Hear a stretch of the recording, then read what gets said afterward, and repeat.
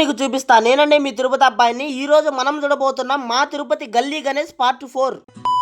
మీలో చాలా మంది ఎన్నో రకాలుగా చేసిన గణపతులను అయితే చూసుంటారు. కానీ ఇక్కడ కనిపిస్తున్న గణపతి వచ్చి ప్రత్యేకంగా కామాక్షమ్మ దీపాలతో తయారైన గణపతి అండి. ఈ గణపతిని తయారు చేయడానికి దగ్గర 4000 కామాక్షమ్మ దీపాలను అయితే ఉపయోగించారు. గణపతి యొక్క హైట్ వచ్చి 14 అడుగులండి. కామాక్షమ్మ దీపాలతో మాత్రమే తయారు చేసిన ఈ గణపతిని తయారు చేయడానికి దగ్గర నెల రోజులు అయితే పట్టిందండి. అలాగే ఈ గణపతి మెడలో అయితే జన్యం అయితే ఉందండి. ఈ జన్యం మొత్తం కూడా 1/4 కేజీ ఎండుతో అయితే తయారు చేశారు.